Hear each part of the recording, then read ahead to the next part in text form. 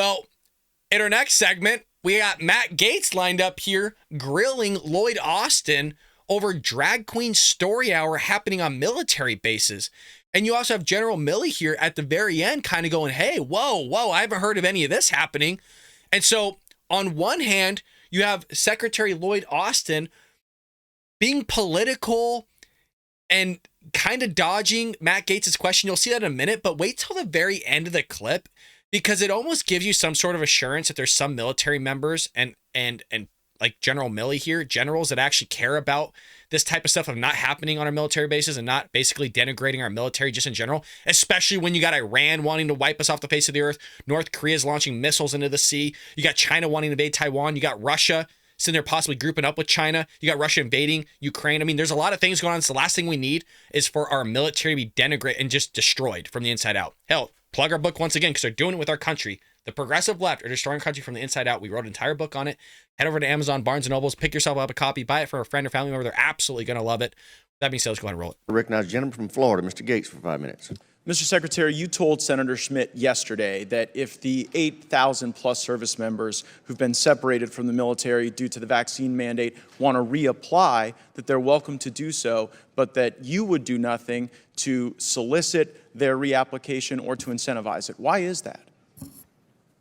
I think it's incumbent upon the individual to make that decision and reapply. The mechanisms are there. Yeah, but why don't, I mean, you're overseeing a recruiting nightmare in our military right now. These are 8,000 patriots. And by the way, your department broke the law in administering the vaccine mandate. And that's not me saying so. That's the Inspector General for the Department of Defense who wrote on June 2nd of 2022, we found a trend of generalized assessments rather than the individualized assessment that is required by federal law. The department did not break the law. So the DOD, so wait, you mean the IG is wrong? You think the IG is wrong? Mandate he says he broke the law. The lives of a number of... Well, it ruined the lives of a number of people too.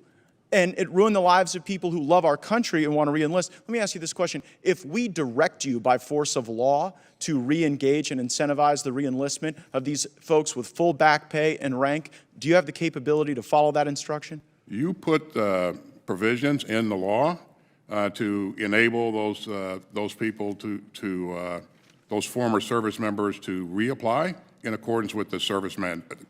Good. Well, we will do that just like we had to put the repeal of the vax mandate in the law. And I get the sense that the only reason you're not reaching out to these folks is pride, because otherwise they would be totally able to serve. And it seems that your personal pride is getting in the way. So going from the deeply serious things. And you're going to see that pride come out in just the way that against, Austin basically answers the following subsequent questions about the drag queen story hour. That we're not doing, re-engaging these 8,000 folks to the deeply unserious things that we are doing. Go ahead and put up the first slide. I guess my question is, how much taxpayer money should go to fund drag queen story hours on military bases?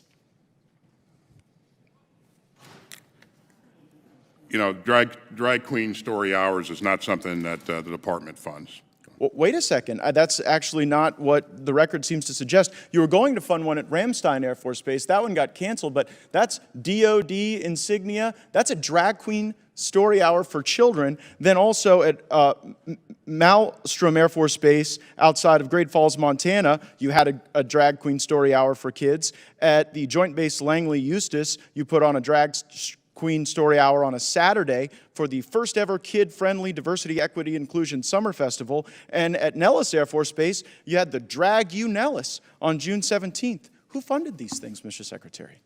Listen, drag shows are not something that the Department of Defense supports or funds. So. But wait, why are they happening on military bases? I just showed you the evidence. Why are they happening? I will say again, this is not something that we support or fund. Well, so you think hosting a drag queen story hour on a military base isn't supporting the drag queen story hour? I stand by what I just said. But you may stand by it, but it's belied. And this is what confuses me with some people when they show up to these hearings. Why aren't they just clear on saying, look, we're not for it. I'm going to investigate this. Give me the copies of the paperwork so I can go through it. I'll make sure that I go to every single one of these bases and speak to the people at the bases about not moving forward with any of this stuff anymore. If they see it again, there's going to be, reprimands or consequences to it. The reason why I bring that up is because you're going to see General Milley at the very end basically say that exact same thing. By the evidence over and over again. I mean, are you aware of the piece?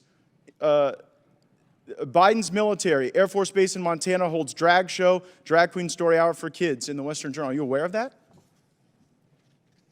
Again, I will say what I said before. You're saying what you're saying, but I guess it just doesn't comport with the facts. General Milley, this will be my last time to question you. You mentioned 2 years ago that you wanted to better understand white rage. And so my question is this. Did you read this book? No, not at all. It is What is White Privilege is the book, and it's actually written by a DOD official, a senior official in diversity, equity, and inclusion, and there are now hundreds of these books in dozens of schools, and I wonder if you guys connect this to your problems with recruiting. I've never read it, never seen it. Frankly, I don't even think about that stuff. I think about Put up the readiness. next. Go ahead and put up the next About the slide. readiness of the force. Go ahead and put up the next slide, please. Okay. Well, in the next slide, this is a tweet by one of your employees in charge of diversity, equity, and inclusion, and it's patently racist. They say that she had to give Karen the business, that she talks about caudacity, presumably of Caucasian people. So I guess, Terrible. why does the... Look at it. Well, why is that person You're not so going to get an low? argument from me. That's terrible. It's wrong. She shouldn't be doing that, period. Should she be fired? That's a DOD employee, not U.S. military uniform. He's going to question Secretary Austin here in a moment. I'm torn on this one because there is a separation from your work, your employment, and then you at home.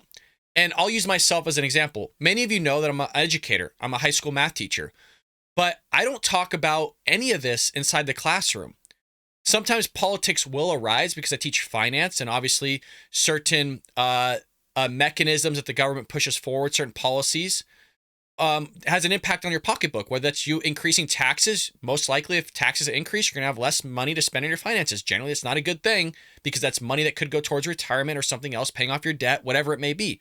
So there are components of us talking about politics in the classroom, but there is a separation between what you're seeing here and what I actually do in the classroom. It's almost two different people, right? I'm professional in the classroom. I'm there just to teach them math. I'm not there to indoctrinate them. I'm not there to make them a conservative. I'm not there to make them a Republican or a Democrat or anything of the sort. I'm just there to teach them math, go to work, do a hell of a good job at my job, and then come home and do my hobbies like I do here and get to hang out with all you lovely people, you true American patriots, and build a community here and have something fun. But here's the problem, is my words on here could potentially get me fired one day.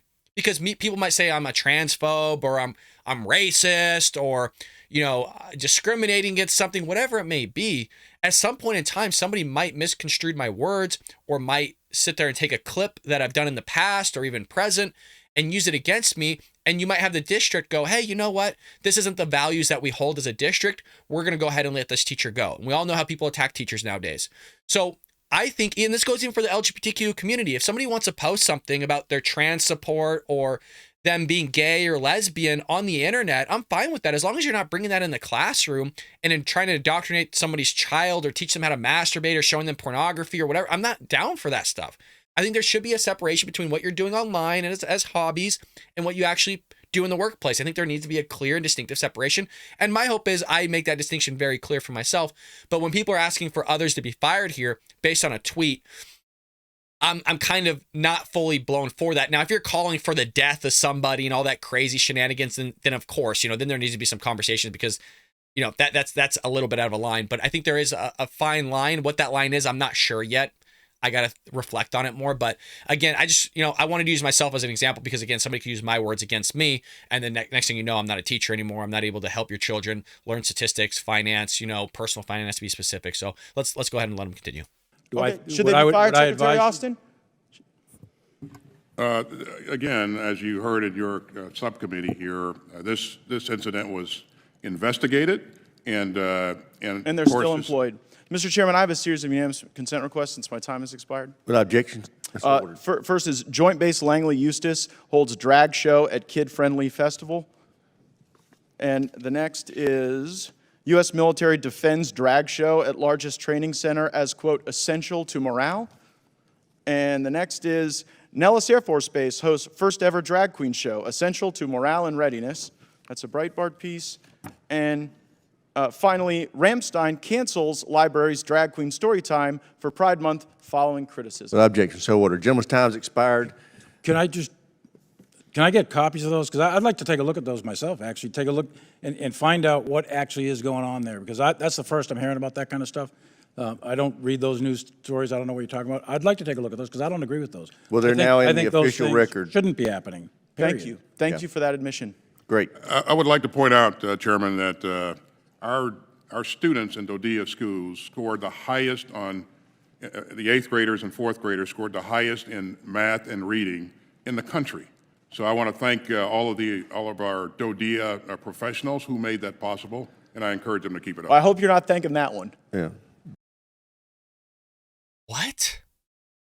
You know, okay, it is great that your 8th grade and 4th graders are scoring highest in the nation. That's awesome. But as far as really what that has to do with what he just brought up, and basically saying that drag queen story hour and drag shows are going to increase morale on these military bases, which alarmed General Milley right there, where he's like, whoa, hold on a second. This is the first I'm hearing of this.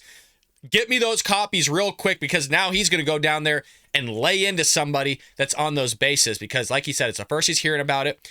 Good on Matt Gaetz here bringing it up. But then again, you got Secretary Austin going, oh, well, you know, good on those people. You know, I stick by what I stand. It's like, dude, just be clear, man. You're almost like a politician. I hope you enjoyed that clip from the Bald Brad Show. If you did, make sure to hit that subscribe button so you can stay up to date on all our future content.